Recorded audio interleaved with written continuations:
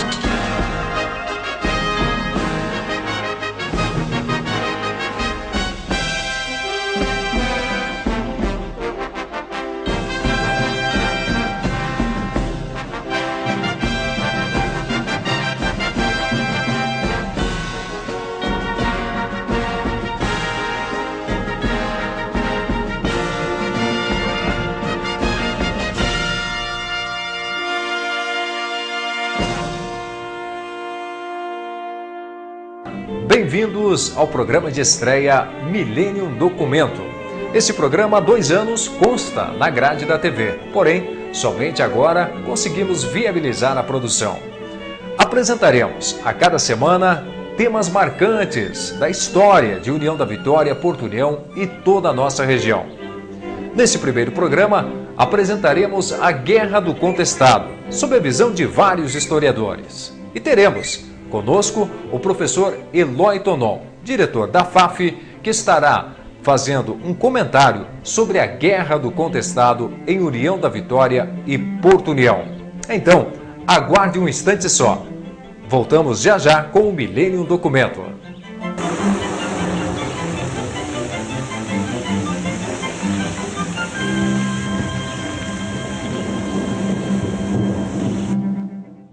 Estamos de volta então com o Millennium Documento e agora, como já falei, a gente vai conversar com o professor Eloy Tonon, que já está presente aqui no estúdio da TV Millennium, e ele vai contar um pouquinho para nós sobre a Guerra do Contestado. Mas antes, gostaria de agradecer primeiramente pela presença do professor Eloy Tonon aqui e dizer que a Faculdade de Filosofia, Ciências e Letras, a FAF de União da Vitória, será uma parceira amiga do Millennium Documento. O curso de História da FAF vai ser parceira nos documentários que o Millennium Documento irá produzir. Então, seja bem-vindo, professor Eloy Tonon. O Millennium Documento está entrando no ar hoje, a estreia, o primeiro programa. Estaremos abordando a Guerra do Contestado, né, nesse primeiro programa. Mas antes eu gostaria que o senhor desse as suas boas-vindas e falasse um pouquinho sobre essa parceria que a FAF está tendo com o Millennium Documento. Antes de mais nada, eu quero parabenizar os que tiveram a ideia de criar esse Millennium Documento, que com toda certeza, como diretor da faculdade, como professor de História, só posso afirmar que trará realmente um pouco da história da nossa região, irá reemergir, recontar, reinventar alguns aspectos fundamentais que muitas vezes não estão ao alcance de todos. Então eu quero parabenizar inicialmente aos que tiveram a ideia e que estão operacionalizando essa ideia do Millennium Documento, que com toda certeza será um grande sucesso, atingirá um público acadêmico, não apenas da FAF, mas de todas as nossas faculdades aqui e de todos os interessados na verdadeira história da região. E sobre o Contestado, que é um dos movimentos mais importantes, sobre a ferrovia, sobre a navegação do Rio Iguaçu, sobre a imigração, enfim, acontecimentos históricos, movimentos sociais que são fundamentais para poder explicar um pouco e também situar a história do nosso passado hoje, para que possamos assim ter uma perspectiva dos passos futuros que nós possamos dar, né? Porque os historiadores falam, quem não conhece o seu passado não vive o presente e não tem a perspectiva da projeção do futuro da comunidade, da sociedade onde ele vive. Professor Eloy Tonon, diretor da FAF, nesta parceria em que a FAF terá aqui com o Millennium Documento. Bom, professor Eloy Tonon, vamos começar falando então um pouquinho da Guerra do Contestado, né? A Guerra do Contestado, um fato marcante não só para a nossa região, mas é um fato que envolve nacionalmente, o Brasil todo conhece a Guerra do Contestado. Eu gostaria de fazer essa primeira pergunta para o senhor sobre os principais aspectos positivos e negativos. Bom, eu diria que a Guerra do Contestado, que alguns sociólogos chamam movimento do contestado, outros historiadores catarinenses chamam a Guerra do Contestado catarinense, os paranaenses chamam a Guerra do Contestado paranaense. A bem da verdade, sob o enfoque antropológico, sociológico, histórico, foi um movimento social. Um movimento social que se iniciou e que no final desencadeou em uma guerra, né, com perdas tanto da parte dos atacantes, que foram as forças de segurança do Paraná, de Santa Catarina, o próprio Exército Nacional, e em especial a maior perda foi para os sertanejos, que alguns historiadores também chamam de caboclos.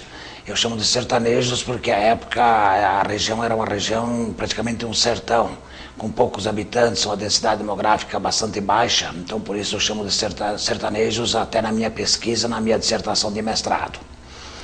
Eu, respondendo à tua pergunta, eu diria que sempre que é um movimento social, que é um movimento reivindicatório, um movimento de protesto, que pode ter conotação política, pode ter uma conotação religiosa, pode ter uma conotação econômica, eu diria que o movimento contestado ele teve praticamente a simbiose do econômico, do político, do religioso, do místico. E o que restou de pontos positivos e negativos, sempre que é um movimento, uma guerra, nós diríamos até que os pontos negativos são maiores. Então eu iniciaria pelos pontos negativos, depois os poucos pontos positivos.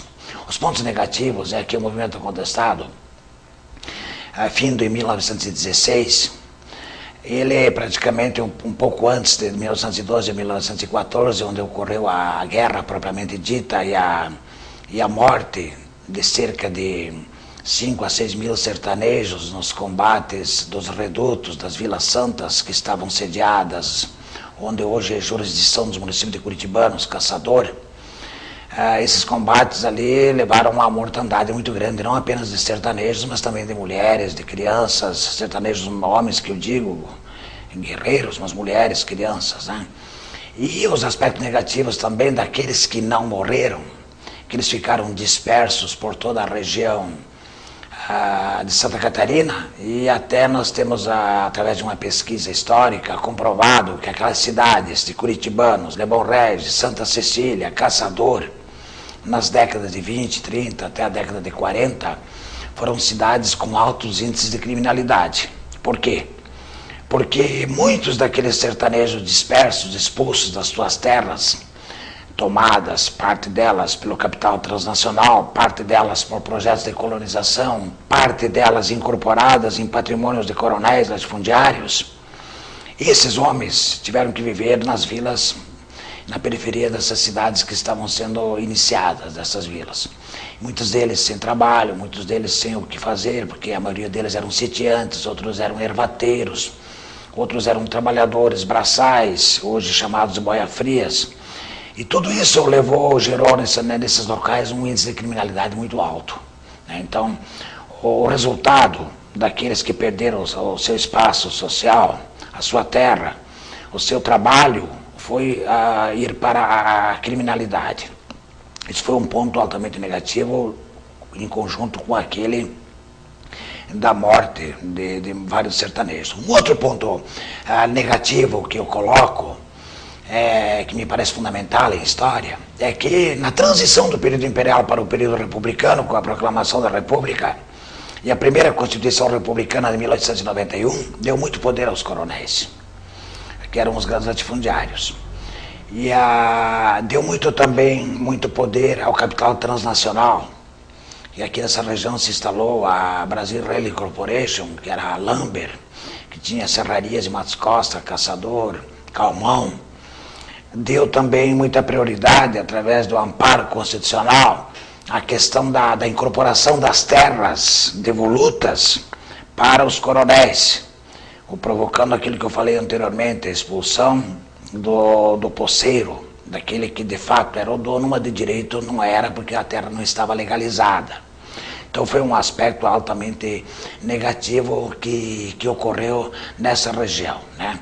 O aspecto de não valorizar o homem que estava na terra, que havia construído um espaço, que havia tido ali várias gerações, vivido nesse espaço, que era o sertanejo, o descendente afrodescendente, alguns dos próprios indígenas, alguns incorporados, uma mestiçagem com os próprios portugueses, primeiros a chegarem em Santa Catarina, eles foram excluídos, tiveram um processo excludente terrível, né?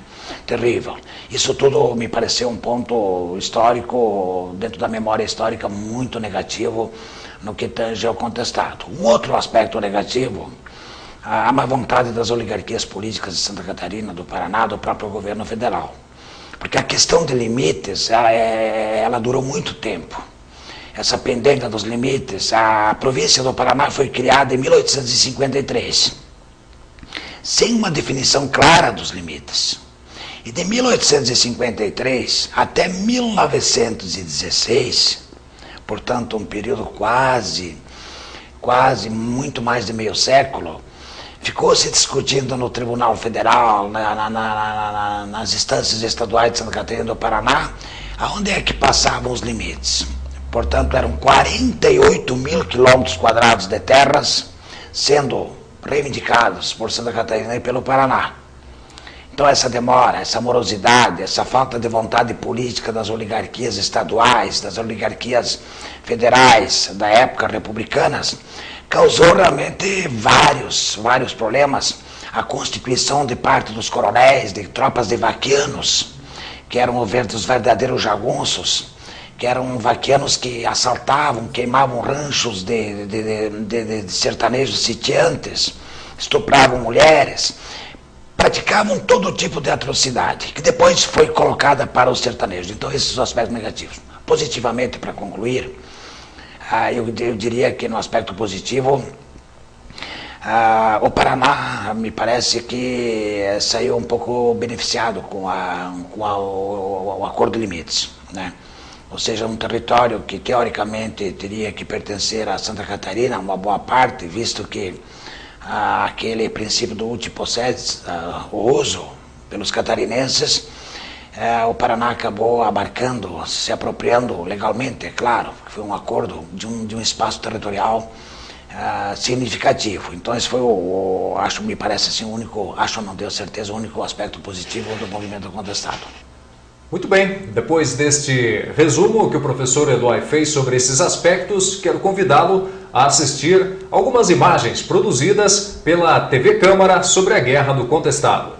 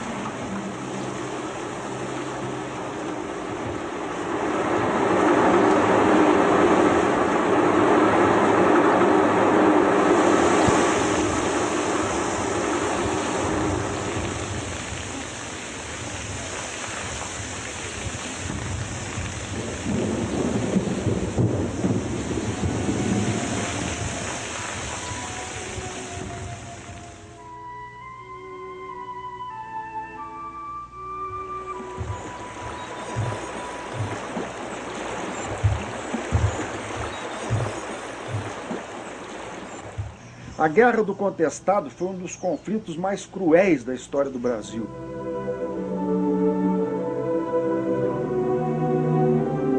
Aqui foi o primeiro combate. O resto foi consequência. O exército venceu, o poder econômico venceu, a ordem institucional venceu, o caboclo perdeu a guerra.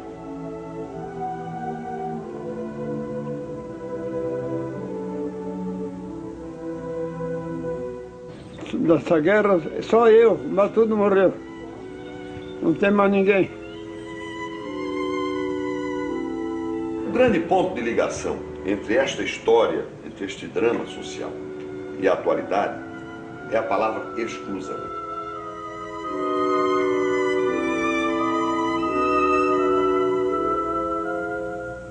Quando eu vim lá do Jagunço, saí bem arranjadinho, da cirola, dos cóis, da camisa colarinho.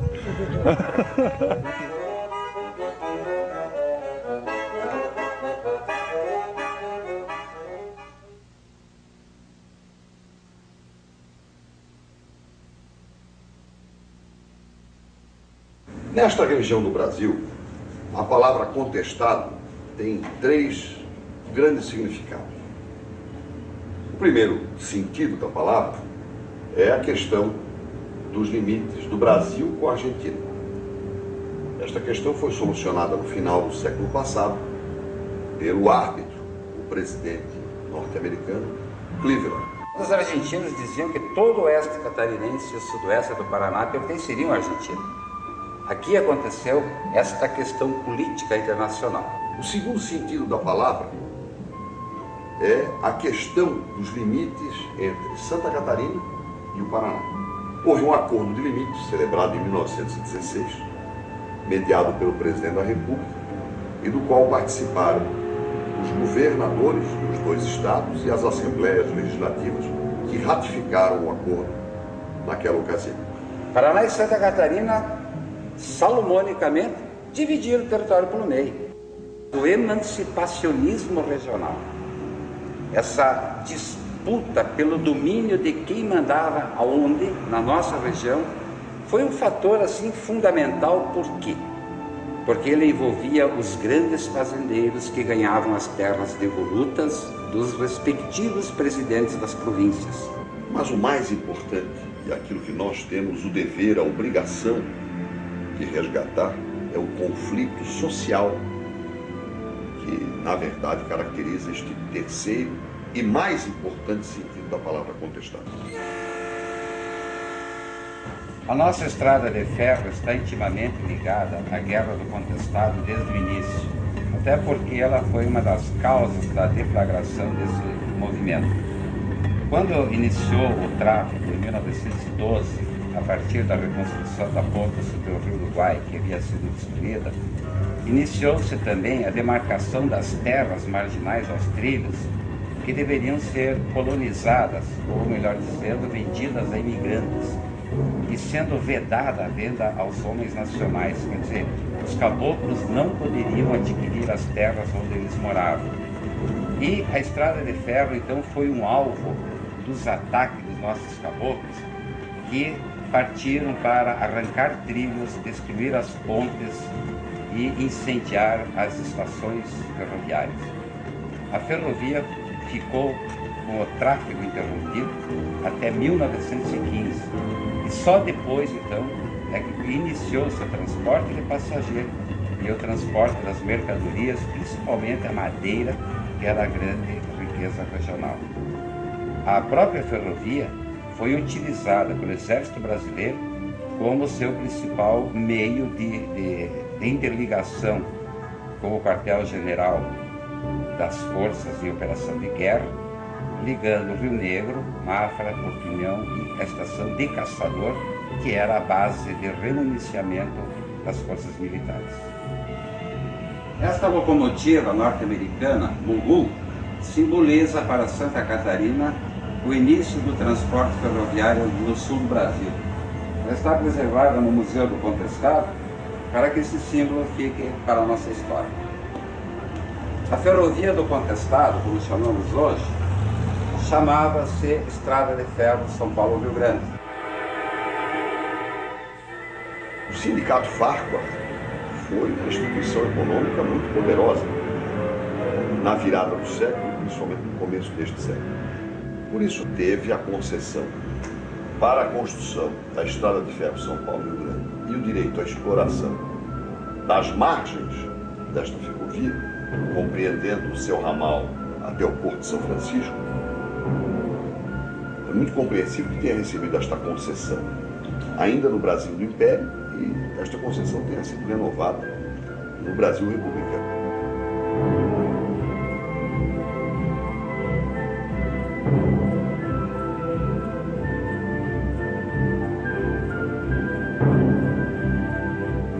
O objetivo era ligar o sul do Brasil para um transporte mais rápido, militar, para ser eficiente em possíveis combates na Bacia do Prata. E também para promover a ocupação do sertão brasileiro. Em 2 anos se construíram os 372 quilômetros desta sinuosa ferrovia que acompanhou o Rio do Peixe, da sua nascente até a foz do Rio Uruguai, sem nenhuma obra de arte, a não ser um túnel e as pontes que eventualmente tinham que cruzar os afluentes. Foram utilizados 8.000 trabalhadores nessa estrada, um recorde no Brasil na época, e destes, logo que terminou a construção, cerca de 2.000 que haviam sido recrutados em todo o país, permaneceram na região até trazendo um novo elemento, uma nova pessoa para vir à nossa região. A Companhia Estrada de Ferro não era uma empresa isolada, ela fazia parte de um grande truste de Percival Farquhar. Ao lado dela tinha também a Brazil Development and Colonization Company, que era uma empresa do truste encarregada de fazer a venda das terras que a Estrada de Ferro tinha conseguido na sua concessão, as terras marginais aos trilhos. A Development tentou vender as terras, mas foi impedida pela própria Guerra do Contestado. A Brasil Development vendeu essas terras para empresas colonizadoras particulares. Iniciava-se aí uma nova fase na história de Santa Catarina, a história da colonização. Vamos continuar então conversando aqui com o professor Eloy Tonon, diretor da FAF. Professor Eloy, visto que com tantos aspectos negativos nessa guerra, né, aqui para a nossa região, Porto União e União da Vitória, por que dessa guerra então, se ela trouxe tantos aspectos negativos? Bom, eu já disse e repito, os aspectos negativos basicamente faltou vontade política. Faltou vontade política e houve uma omissão profunda das oligarquias republicanas estaduais e federais. Porque na nossa região, se nós podemos situar o contestado aqui, o Porto União, União da Vitória, Matos Costa, Calmon, General Carneiro, ela tem marcos significativos. Matos Costa, por exemplo, foi um centro importante no movimento contestado, porque a época era São João dos Pobres, a vila de São João dos Pobres, e ela foi atacada em 1912 por um sertanejo do Reduto, que foi o Venuto Baiano, e sofreu realmente um ataque onde famílias todas foram dizimadas, mulheres, crianças. Matos Costa também entra no contexto, porque lá existia uma serraria da Lamber, e nesse movimento de forças oficiais e de forças dos sertanejos foi incendiada essa serraria de Matos Costa, né, como represália por aquilo que o próprio capital transnacional fazia, que era a força de segurança que realmente massacrava também os sertanejos e expulsava os sertanejos das terras que eles haviam se apropriado. Quanto ao Porto União, eu diria que tem um marco histórico significativo, porque em 1912, mediante toda essa morosidade política, essa falta de vontade política da resolução da questão de limites, foi criado aqui em Porto União o Estado das Missões. Chegou a se criar o Estado das Missões aqui, onde o coronel Amazonas, que era o superintendente aqui de União da Vitória e deputado republicano, acabou ocupando provisoriamente a chefia do Estado das Missões, que durou muito pouco tempo. Foi uma duração efêmera, mas ela ocorreu dentro do contexto da falta de definição do movimento do contestado. General Carneiro tem um marco histórico significativo por um lado e não por outro. União da Vitória foi a primeira sede de uma base aérea de guerra no Brasil. O primeiro ataque aéreo, vamos dizer, hoje seria da Força Aérea, da Aeronáutica, numa guerra no Brasil, se deu na Guerra do Contestado. Foram trazidos 3 aviões desmontados, claro que importados da França, do Rio de Janeiro, pela via ferroviária, até a União da Vitória, montados aqui, para que eles pudessem alçar voo e fazer o reconhecimento onde estavam os redutos, onde estavam as irmandades místicas que deveriam ser atacadas posteriormente pelo exército comandado por Setembrino de Carvalho. E infelizmente uma das aeronaves da época, pilotada pelo capitão Ricardo Kirk, acabou batendo numa embuia aqui no município de General Carneiro, e hoje tem um marco histórico lá, e eu diria que o capitão Ricardo Kirk até foi colocado no Panteão dos Heróis, ele tem nome de rua. Eu até diria que o capitão Matos Costa, que foi morto aqui próximo a Valões, também está no Panteão dos Heróis, tem nome de cidade. Lebon Regis, que foi um oligarca de Santa Catarina, também no Panteão dos Heróis, tem nome de cidade. A única questão que como historiador eu levanto, e que outros historiadores, como o próprio Benjamin, o próprio Edgar de Deca, e a história dos vencidos, onde é que ficou? Eu não conheço nenhuma rua com o nome de Adeodato, de Bonifácio Papudo, não conheço nenhuma rua com o nome de Maria Rosa, não conheço nenhuma rua com o nome de Chica Pelega, não conheço nenhuma rua com o nome de Elias de Moraes. Todos grandes sertanejos do sexo masculino e feminino e que lutaram por uma causa de defesa do seu povo, de defesa do seu espaço e de defesa da sua terra.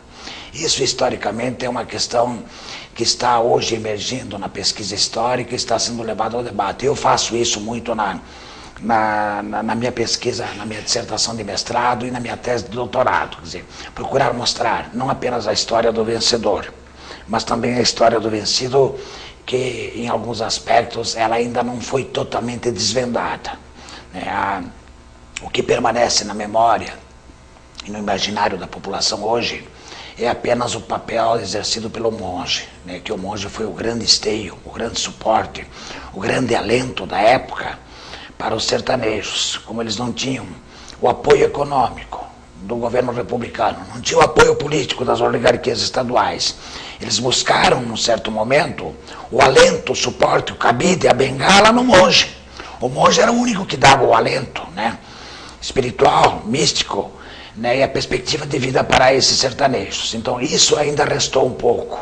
Restou sim, não no Panteão dos Heróis, porque eu não conheço nenhum local com o nome de monge José Maria, João Maria, a não ser algumas grutas abandonadas, alguns poços de água, que são símbolos da passagem do monge, mas não, uma história não reservou a ele uma homenagem que reservou a alguns oligarcas e alguns coronéis que hoje estão realmente perpetuados no Panteão dos Heróis Nacionais, em detrimento daqueles que realmente foram os...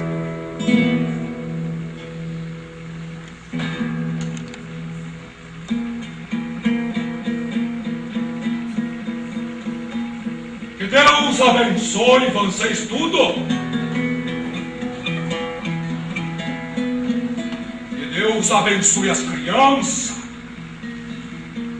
porque as crianças ainda vão ver muita desgraça. E avisar a vocês que vem um tempo de muito pasto em todo o rastro. O sangue vai correr pela terra como o rio. Vocês têm que tomar providência.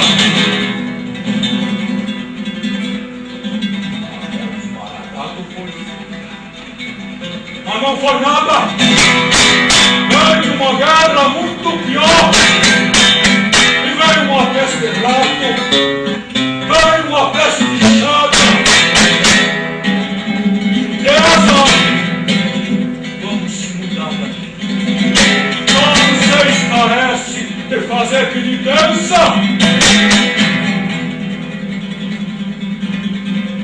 Jesus disse para São Pedro que o mundo ia existir mil anos, mas que não ia passar disso. E Deus disse: façam que eu me ajudo.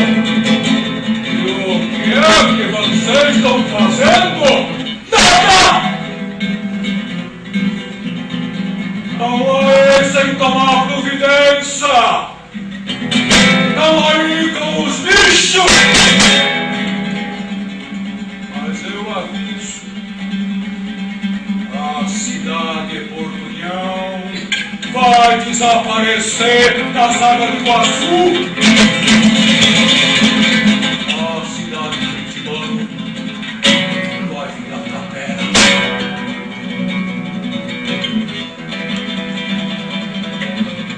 O sol não vai mais passar no céu!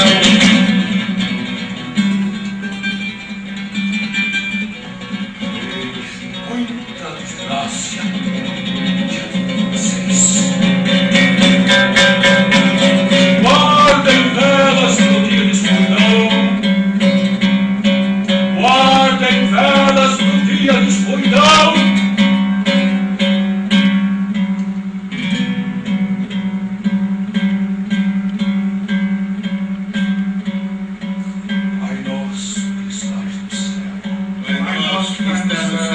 Santificado é o teu nome. Santificado é o teu nome.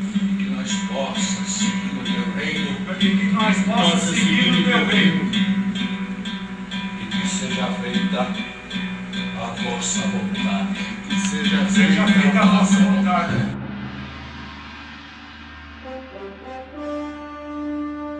Vamos agora apresentar para você mais um trecho desta produção da TV Câmara e você acompanha com a gente aqui no Millennium Documento.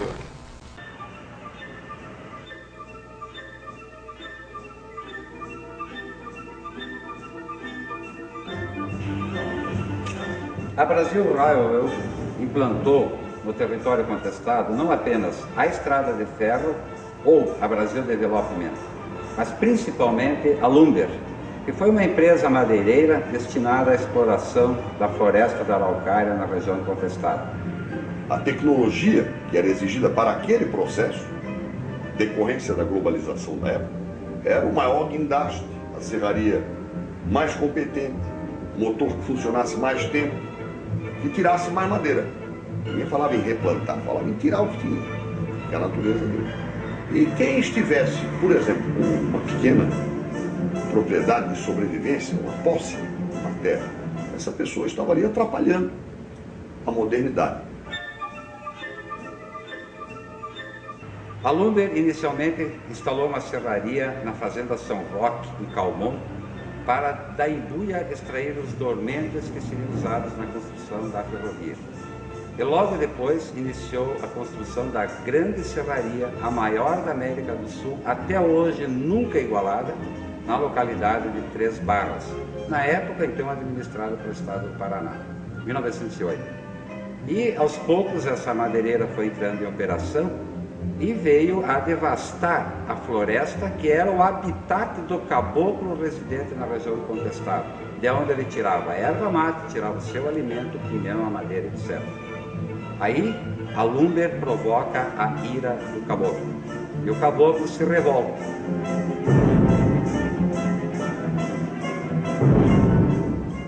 O conflito social, portanto, teve como marco inaugural este choque. Uma poderosa e muito bem apoiada multinacional e a miséria, a desassistência de toda a população praticamente da região. E ninguém se iluda. O caboclo do contestado, chamado homem cor de cuia, cor de pinhão, era uma pessoa violenta. Ele tinha uma índole guerreira muito forte, porque nas suas origens estão a Revolução Farroupilha em primeiro lugar. O nosso caboclo foi na Guerra do Paraguai compondo os batalhões de voluntários da pátria organizados pelo Paraná. O nosso caboclo se envolveu na Revolução Federalista em 1893. Então ele era um homem acostumado a arma. A mulher catarinense teve uma presença significativa em praticamente todos os momentos da Guerra do Contestado. As mulheres formavam um contingente humano muito importante dentro do Exército Encantado de São Sebastião. Lutaram ao lado dos homens cerca de 2.000 mulheres, do começo ao fim dos combates. E nós podemos destacar duas dentre elas. A menina Teodora, virgem, por ter servido a José Maria em Taquarussu, e que recebia as ordens de José Maria, que na alma cabocla significava o momento em que voltaria o Messias. E Maria Rosa, uma menina de 13 anos de idade, guerreira, valente, acostumada com as vidas do campo e acostumada com a mata.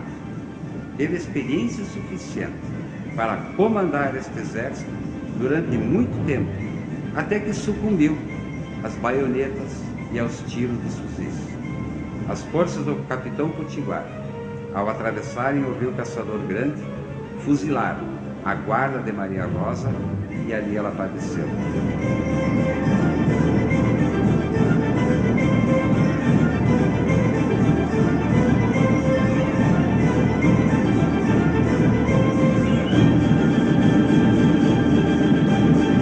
A Guerra do Contestado foi conhecida pelo aspecto religioso como Guerra dos Fanáticos.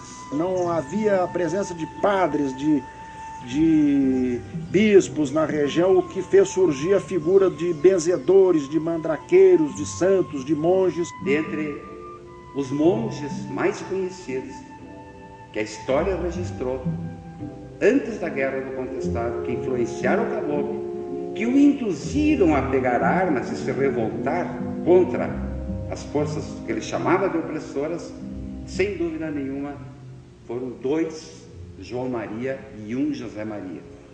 O primeiro tido como santo, o segundo como político e o terceiro como guerreiro. Mas esse, para mim, foi o que deu o maior exemplo de santidade, porque ele deu o sangue pela causa. Se você falar no monge para os inimigos, no monge para os coronéis de fazenda, ele foi um monstro, foi um demônio solto. Se falar para os sertanejos, foi um Deus. Para mim, foi um grande herói que precisa ser reverenciado. Aliás, o Brasil está precisando do Zé Maria.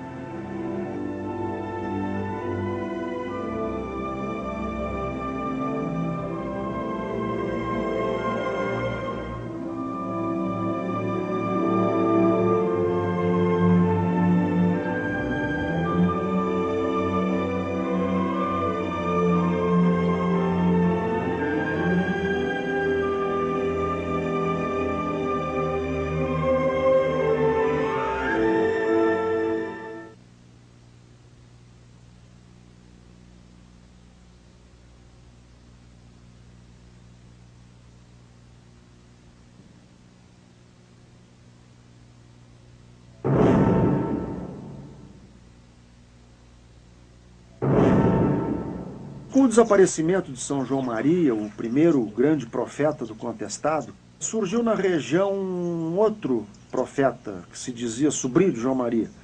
Era um desertor da Polícia Militar do Paraná, Miguel Lucena de Boaventura, que adotou o codinome de José Maria. Vestiu-se como um profeta, colocou um gorro de pele de onça, armou-se e começou a ministrar ervas e beberragens e a conduzir aquele povo que circulava ali pelas margens direitas do Rio do Peixe, ainda embevecidos pelas ideias de São João Maria. O Paraná entendeu que se tratava de uma estratégia catarinense de invasão do território em litígio e mandou o regimento de segurança atacar o Zé Maria e os sertanejos que estavam em volta dele aqui no Paraná. Chefiava essa expedição um pernambucano que morava em Curitiba e que tinha pretensões políticas no futuro governo do Paraná, que era o coronel João Galberto. Esse coronel embalou uma expedição de cerca de 60 homens, armou-se de uma metralhadora Krupp e dirigiu-se para a região. Ao chegar nos campos do Irani, ele enviou um termo de rendição a José Maria, mas o fez a lápis. E José Maria não aceitou, dizendo que não reconhecia bilhetes escritos a lápis e que se preparassem para o combate. na manhã de 22 de outubro de 1912 se deu o primeiro combate da Guerra do Contestado, daí a razão de ser o Irani o berço do contestado. A expedição João Galberto avaliou mal. A metralhadora acabou caindo no val de um arroio, perdeu-se, engasgou, não pôde mais atirar. Os soldados que lá chegaram, divididos já em duas colunas, foram cercados pelos jagunços, que partiram para uma luta de arma branca, usando porretes, e dispersaram a expedição e a massacraram.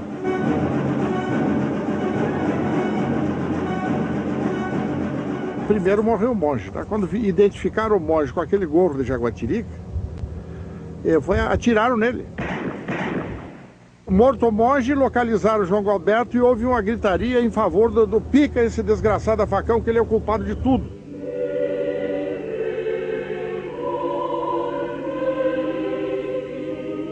O seu enterro posteriormente nas ruas de Curitiba foi um enterro monumental, uma espécie de música de fundo que parecia que encerrava um episódio que na verdade estava apenas começando.